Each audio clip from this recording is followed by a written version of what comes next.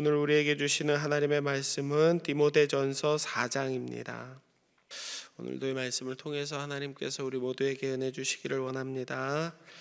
간밤에 평안하셨습니까? 오늘 본문의 시작에서는 이제 거짓 성도들과 참된 일꾼에 대한 가르침이 나오는데요.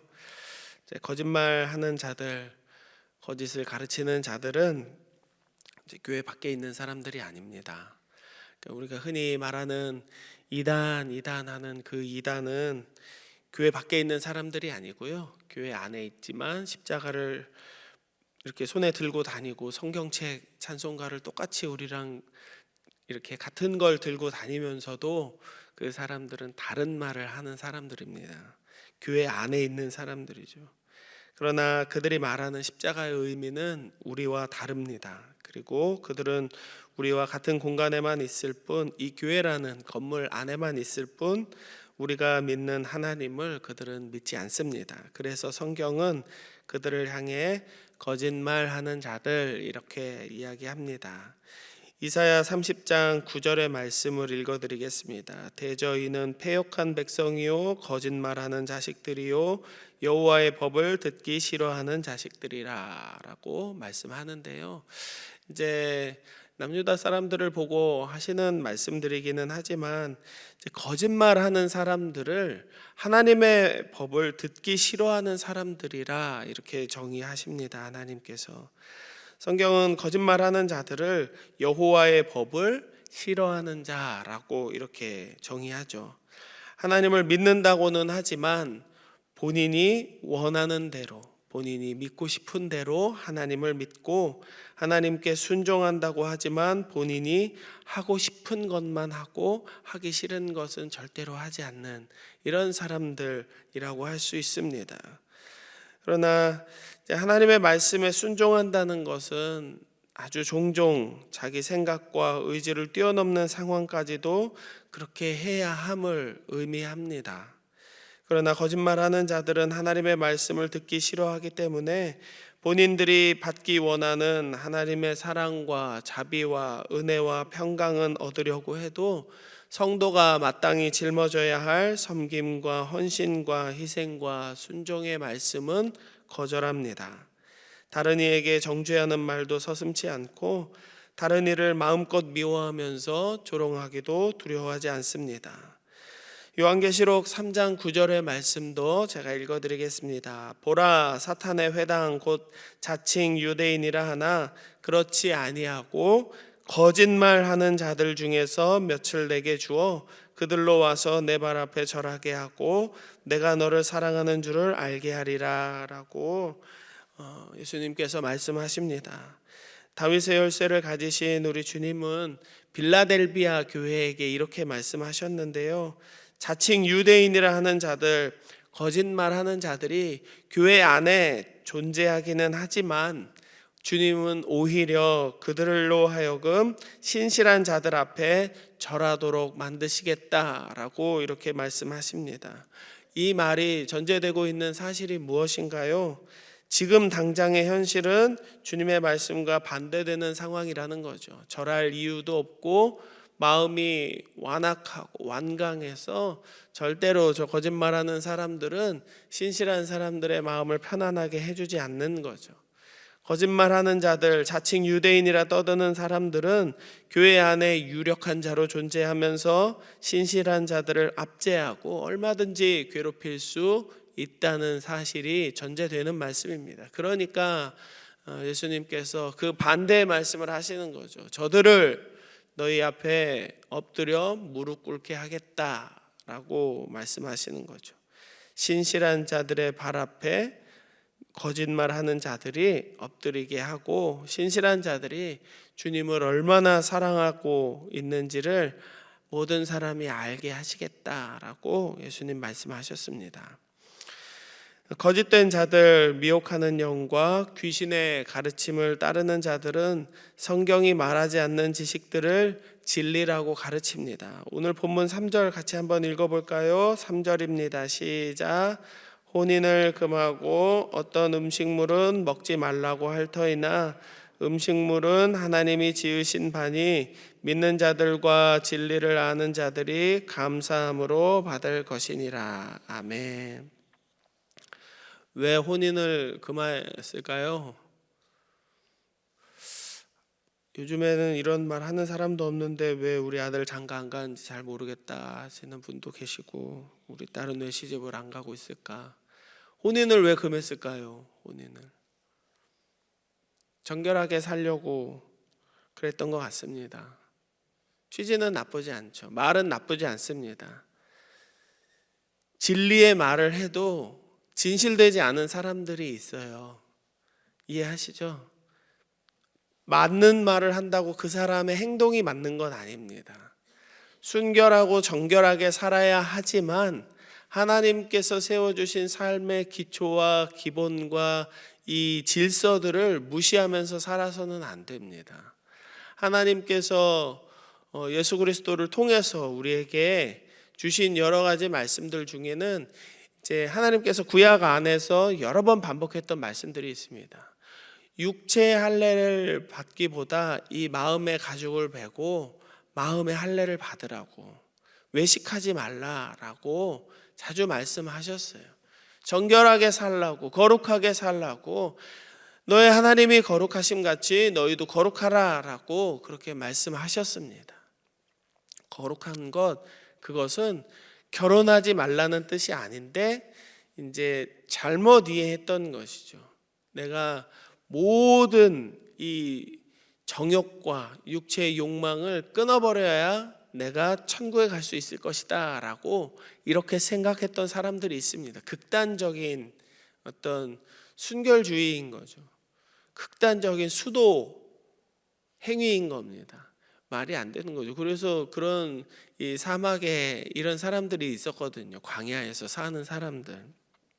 이런 사람들은 이제 거의 뭐 우리나라 불교에서도 그런 사람들 있잖아요. 속세를 떠나서 어디 이렇게 산속 깊은 곳에 들어가서 수행하고 막 뭐 며칠을 굶었다든지 아니면 며칠 동안 몇 주 동안 뭐 이렇게 어떤 특정한 풀 하나만 먹고 살았다든지 기도하면서 뭐 이러면서 이렇게 나는 깨끗해졌다, 나는 뭔가 달라졌다 이렇게 말을 하시는 분들이 있는데요. 교회 안에도 그런 사람들이 있었습니다. 어떤 사람들은 어떤 이렇게 돌 위에 올라가 가지고 거기서만 계속 생활하는 사람들도 있었고, 아무튼 좀 고행을 하나님께서 원하시는 참된 신앙의 길이라고 이렇게 믿고 그렇게 살았었나 봐요. 혼인을 금하고 음식물을 어떤 것들은 먹지 말라라고 이렇게 이야기하는 사람들, 하나님께서 하시는 말씀하고는 전혀 상관없는 이야기라고 생각합니다. 생육하고 번성하라라는 하나님의 명령을 거부하고 거짓된 순결로 혼인을 금했던 것입니다. 그리고 음식에 대해서 구별하여서 먹을 것과 먹지 못할 것을 가르치는 것은 구약에서나 했던 이야기입니다. 이 모든 것은 감사와 기도를 모르는 무지한 자들, 하나님의 말씀에 대해서 무지한 자들, 하나님의 말씀 듣기를 싫어하는 자들의 가르침이라고 생각합니다. 4절 5절 말씀 한번 읽어보실까요? 4절 5절입니다. 시작.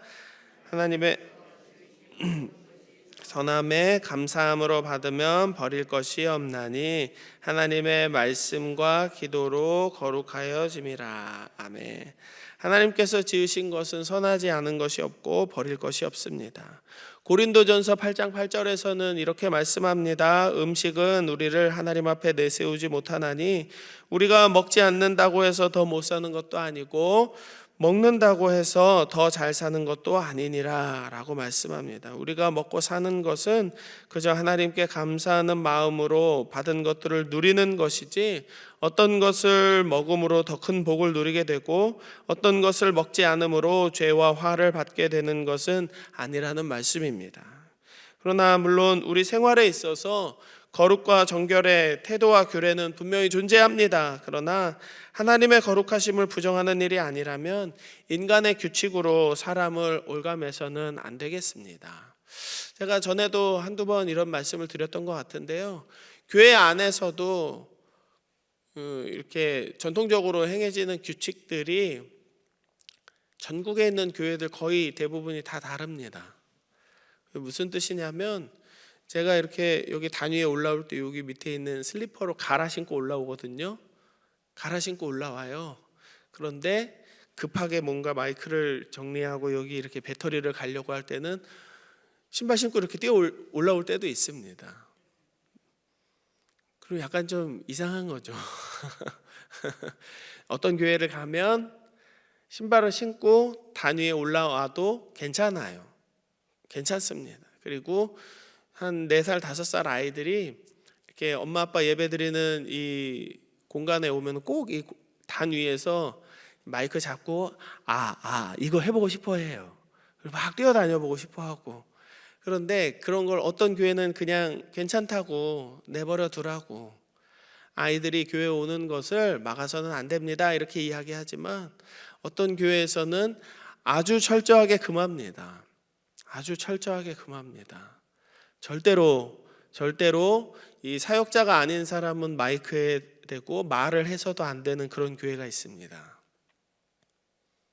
절대로 안 되는 교회가 있어요. 제가 한번 그 어느 교회라고 얘기하면 다 아시니까 말을 할 수가 없는데요. 전도사 하기 전에 그 선교 단체 간사할 때, 그때 저도 이렇게 제가 가고 싶어서 간 게 아니고 거기서 불러서 갔거든요. 갔는데 이제 찬양 인도를 할 때 찬양 인도 한 3곡만 해달라고. 그래서 그때 제가 가지고 있었던 제일 깔끔한 남방과 면바지를 입고 가서 찬양 인도를 하는데 아주 심한 욕을 들었어요. 여기 가운데 이렇게 레드 카펫이 있는데 이쪽으로 이렇게 걸어오시면서, 그러니까 좀 순화해서 말씀을 드리자면 이렇게 찬양을 이렇게 하고 있을 때 야 이놈아 내려와라. 네가 전도사도 목사도 아닌데 네까지 게 뭔데. 그래서 엄청 욕을 하셨어요. 그리고 그때가 이제 그 성가대 연합 수련회였어요. 그 교회가 엄청나게 크기 때문에 그 본당에 이렇게 거의 차야 됐거든요. 그 1층이. 근데 텅텅 비어서 한 20명도 안 앉아 계시는 거예요. 그러다가 제가 찬양도 딱 끝나는 그 순간 오르간이 갑자기 빵 하니까 수백 명이 우르르 들어와 자리에 앉으시는 거예요. 그러니까 제가 그 교회 전도사가 아닌 건 뭐 둘째 치고 저라는 사람 자체가 사역자가 아니기 때문에 딱 봐도 사역자가 아닌 것이 단위에 올라가서 여기 올라온 것도 아니고 요 앞에서 했거든요. 요 앞에 아랫강단에서 이렇게 했는데 그것도 너무 싫으셨던 거예요. 그 교회 전통이랑 맞지 않으니까 같이 안 하고 싶은 거예요. 앉아 있고 싶지도 않았던 거예요. 그러니까 제가 이제 내려왔을 때, 기타 메고 내려왔을 때 우르르 피난민처럼 우르르 들어와서 따다다 착착착착착 군인들처럼 그렇게 척척척척척 앉아가지고 찬송가를 막 이렇게 부르시는데 이 교회 전통이라는 게 이렇구나라는 거를 한 20여 년 전에 배웠던 것 같아요. 음식도 마찬가지죠. 음식도 마찬가지이고 우리가 옷 입고 다니는 것도 마찬가지입니다. 옷도 어떤 것은 입어야 되고 어떤 것은 입지 않아야 되고. 솔직히 뭐 지금 여기 계신 분들은 다 연세가 있으신 분들인데 이제 70 이상 되신 할머니, 집사님, 권사님들한테 저기 배꼽티 입고 다니지 마세요라고 이렇게 말씀드리면 입으라 그래도 배꼽 시려서 못 입는다. 아유 그 남사스러워서 그런 걸 어떻게 입니? 아무리 덥다고 그래도 아예 본인이 안 하죠. 근데 혹시라도 이제 더워서 집에서는 이렇게 그 민소매 옷을 입으실 수 있죠. 런닝도 입을 수 있고 시원하긴 하지만 그래도 우리는 격식을 갖춥니다. 교회 안에서 입을 옷과 집에서 입을 옷을 구별하죠. 먹는 것도 마찬가지입니다. 교회 안에서 아무리 맛있는 반찬 나오고 입에 맞는 반찬 나온다고 해서 갑자기 가방에서 소주 꺼내가지고 같이 한 잔 마시는 사람은 아무도 없어요. 그렇죠? 집에서는 소주 한 잔 하실 수 있고 맥주 한 잔 드실 수 있지만 그게 뭐 천국에 간다 안 간다를 말하지 않잖아요. 그러니까 댁에서는 그렇게 한두 잔씩 하실 수 있겠죠. 그렇지만 교회에서 식사하거나 교인들이 모인 자리에서 우리 저기 장로님 소맥 한 잔만 합시다 이러면서 식사하시는 분들은 없으실 거예요. 바울이 말하는 것도 이렇다고 생각합니다. 우리에게 주신 것은 하나님께서 주신 음식일 뿐이고, 우리에게 주신 것은 하나님께서 주신 은혜일 뿐이지, 우리가 이것은 좋다 나쁘다 하면서 그것으로 사람을 올감해서는 안 된다라는 것입니다. 그래서 바울은 디모데에게 좋은 일꾼이 되라고 이렇게 말합니다. 6절 7절 말씀 보실까요? 시작. 내가 이것으로 형제를 깨우치면 그리스도 예수의 좋은 일꾼이 되어 믿음의 말씀과 내가 따르는 좋은 교훈으로 양육을 받으리라. 망령되고 허탄한 신화를 버리고 경건에 이르도록 내 자신을 연단하라. 네. 망령되고 허탄한 신화를 버리기 위해서는 경건에 이르도록 끊임없이 우리 자신을 연단해야 됩니다. 경건이란 무엇일까요? 경건에 대해서 이렇게 교회를 오래 다닌 분들한테도 이렇게 질문하면 경건을 잘 모르세요. 경건이 뭐라고 생각하십니까? 이렇게 질문하면 글쎄요. 일단 말을 좀 곱게 하고 차분하고 예배에 빠지지 않고 말씀과 기도로 항상 이렇게 시간을 쓰는 게 경건이 아닐까요? 이렇게 생각하시는 분들이 있는데요. 야고보서 1장 27절의 말씀을 제가 읽어드립니다. 꼭 기억하세요. 야고보서 1장 27절입니다. 하나님 아버지 앞에서 정결하고 더러움이 없는 경건은 곧 고아와 과부를 그 환난 중에 돌보고 또 자기를 지켜 새 속에 물들지 아니하는 그것이라 라고 말씀하셨습니다. 두 가지 행동을 해야 경건이라고 말할 수 있는데요. 첫 번째는 고아와 과부를 환난 중에 돌보는 것, 그것이 경건입니다. 그리고 두 번째는 자신을 지켜서 새 속에 물들지 않는 것을 경건이라고 하는 것입니다. 하나님의 말씀이 아니라 세상이 원하는 것을 따라가는 그런 행동과 그런 생각을 갖지 않는 것, 이것을 성경은 경건이라고 말하고 있습니다. 참된 경건은 고아와 과부를 환난 중에 돌보는 것입니다. 자기 자신을 지켜서 새 속에 물들지 않게 지켜내는 것입니다. 이것이 우리에게 가능하다면 우리는 기도와 간구와 하나님의 참된 말씀으로 형제들에게 바른 교훈을 줄 수 있게 되는 것입니다. 그리고 그들을 양육함을 통하여서 이 양육은 또 다른 참된 일꾼들을 불러일으키는 복의 통로가 될 것입니다. 꼭 이렇게 누군가 이렇게 교회 안에서만 그러는 것이 아니라 엄마 아빠의 믿음을 보면 자식들이 똑같이 하잖아요. 자식들이 똑같이 합니다. 비슷하게라도 합니다. 우리 엄마가 그래 뭐 다른 건 몰라도 아빠가 월급 타오는 거 꼭 11조 먼저 떼고 생활비 하셨었지, 뭐 이런 것들이 있죠. 시간을 낼 때도 꼭 먼저 교회 갈 시간 먼저 이렇게 빼고 약속을 잡든가 하는 이런 하나님을 우선적으로 두는 삶의 태도를 우리가 삶으로 보여주고 가르친다면 우리 자녀들은 알아서 따라올 것입니다. 뭐 지금 당장은 그렇게 되지 못한다 하더라도 하나님께서 반드시 그들을 그렇게 만들어 주실 것입니다. 왜냐하면 하나님께서는 이렇게 계속해서 일꾼들을 세우시고 우리를 통하여서 우리의 자녀들이 우리의 대를 이어 신앙생활을 하기를 하나님이 원하시기 때문입니다. 사랑하는 여러분, 우리는 모두 말씀과 기도로 거룩해져야 합니다. 이것에는 나이도 중요하지 않고 배움의 정도도 아무런 상관이 없습니다. 사랑하는 여러분, 말씀을 많이 들으십시오. 설교를 듣는데 게으르지 마시고 교회 안에서 특별히 섬김과 봉사를 해주시기를 바랍니다. 이것은 제가 해주세요 하는 것이 아니라 교회의 교회됨 그리고 교인의 교인됨의 표지는 바로 섬김이 있냐 없냐 였습니다. 교회 안에서 섬김과 봉사의 실천이 만약에 너무너무 어려운 육신의 어떤 연약함과 여러분의 이제 연세가 많아져서 실제적으로 섬김과 봉사가 어려운 상황이라 하더라도 우리들의 삶의 자리에서 교회를 위해서, 많은 사람들을 위해서 기도하는 것은 할 수 있습니다. 하나님 앞에서 섬기는 것은 이런 의미가 있대요. 하나님은 섬김의 양이 아니고 섬기려는 우리 마음의 중심을 보신다 라는 것을 우리 기억했으면 좋겠습니다. 그리고 그 마음의 중심에 있는 하나님을 경외하는 마음과 생명의 소중함, 다른 사람의 생명의 소중함을 아는 이 마음을 하나님께서는 소중하게 여겨주실 것입니다.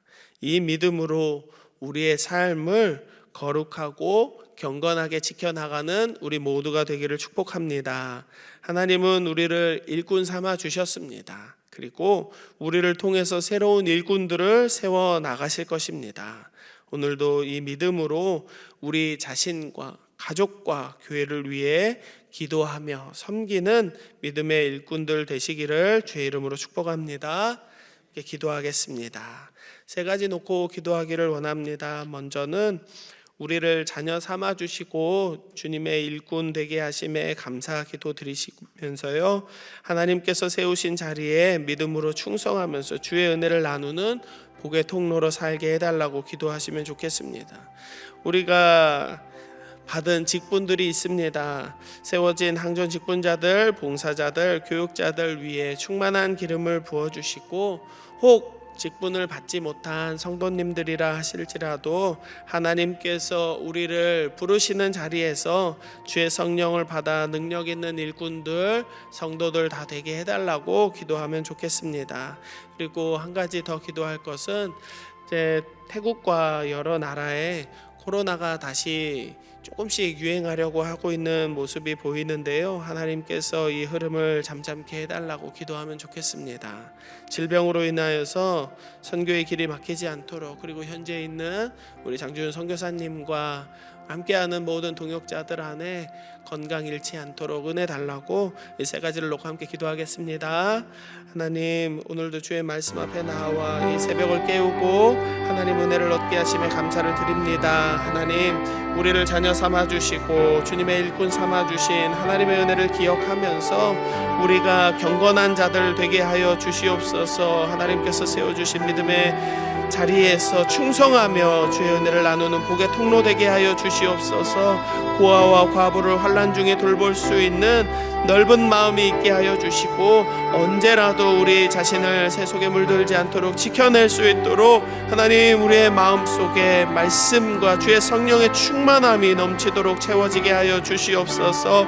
우리 안에 주신 모든 직분들, 세워주신 모든 자리들, 봉사의 역할들 하나님 잘 감당할 수 있도록 언제나 주의 성령으로 우리를 충만케 하여 주시고, 모든 성도들에게 하나님의 성령으로 각양의 은사를 통하여서 이 교회를 섬기고 이 지역을 섬기고 가정을 섬길 수 있도록 주여 우리를 계속해서 일꾼으로 삼아 주시옵소서. 얼음 냉수와 같은 충성된 일꾼 되어 하나님의 마음을 시원하게 해드리는, 그리고 온 세상에 하나님의 복을 전하는 믿음의 사람들 되기를 원합니다. 주님, 우리가 이 마음으로 태국 선교를 준비하고 있는 가운데 주님, 태국과 여러 나라에 코로나가 다시 유행하려고 하고 있습니다.